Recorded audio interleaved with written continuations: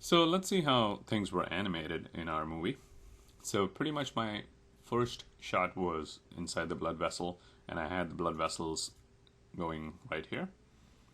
So what I did was I selected the particles right here. Since my camera was switching, if you go back to my, let's say, the camera sequencer under animation editors, you can see the camera was switching after frame 150.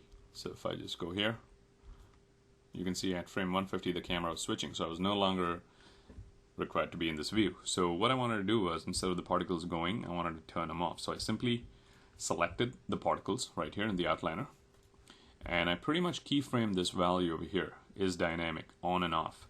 So you can see there's keyframes over here. There are actually two keyframes, so let me just zoom onto that area.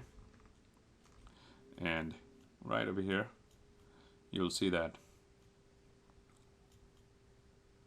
there's one keyframe and the second one. So all I did was went to frame 151, I right clicked and I said key selected.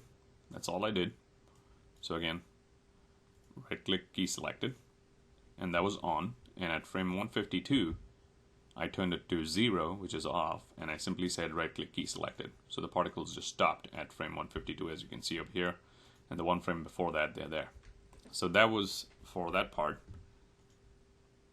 Then the next camera was the camera 2 Dengue, and this one was pretty simple. I pretty much had the dengue virus sitting over here, so let's select that one more time. So it's this guy, and this is simple basic keyframe animation. So all I did was, if you select this, and if I just show all my frames over here, you can see that I have a keyframe over here at 126, and then it's at 215, it's right over there, and then at 299 it's right inside the dendritic cell. So that's all I had done. Pretty much simple standard keyframe animation, and all I did was, if I make a simple nerve sphere, again, right over here, hit S for the first keyframe, I turned on my auto key, I had one more keyframe, went to the next frame, auto key was on, and I pretty much put this in. So pretty much like that. And then these guys over here are motion trails, so just to direct it a little better, I went to animate and I said create editable motion trail. So that pretty much gives me this, let me go to the perspective view for now, gives me this nice little motion trail on our object. So with keyframes, so I can just go here and select it and move it and direct my object, the animation of my object rather, much better. So that's all I did for the motion trail, and that motion trail was for the dengue virus right there. So if I just move out, so it was this guy, as you can see. This is that little dengue virus, and viruses are really small. That's the reason I have it really small. Then the next thing was I had imported my protein structure over here, and it sits inside over here. And I simply did a group for all the protein structure objects. So if I go to Outliner again, let's go down, and that's the MMP2 group. So Control G was the hotkey to do that. And pretty much I started animating it at frame 350, as you can see. I have a bunch of keyframes on there. I'll give it a second. And pretty much at frame 350 it was there. Simple basic animation. And then 430 it was here. And then 497 it was here. And then what I wanted it to do was to go inside the blood vessel. Now this is a different blood vessel, and I'll show you that too in a second. And it's already, what I'd done was I'd selected a bunch of faces over here and I had extracted them. So going back to the protein structure, it goes over here, and then at 550 around, it's right there. And actually, let me select the structure one more time. So pretty much everything was timed. You can see at around 550, it's right there. 568, there's one more key, and then it forces itself in to the blood vessel.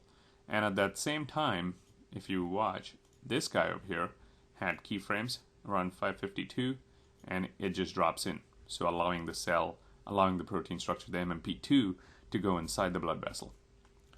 And what I'd done on the earlier blood vessel, which was, let me hide the blood vessel too. this one right here. So let's go back and let's hit 6. So pretty much in that other camera over there, you can see that this is the other blood vessel right here. So pretty much we want to hide the blood vessel 1 over here. So what I'm going to do is the blood vessel 1, I'll go back to around frame, let's say give it a little more time. Let's say frame 151 again, or 152 rather, and give it a visibility of right click key selected, and at 153, just in that one frame, I want to hide it. So type in 0 and I want this to hide. And I can just keep this guy over there. I mean, it really doesn't matter, but if the dynamics is going to affect it, I can hide this one too, if the particle's inside. But this is also a rigid body, so all I've done is just gone over here under dynamics, right over here, and made it a passive rigid body. So if the earlier particles, the first set of particles is affecting this, you can also keyframe this on and off. So basically that was it, and then this guy was forcing itself in.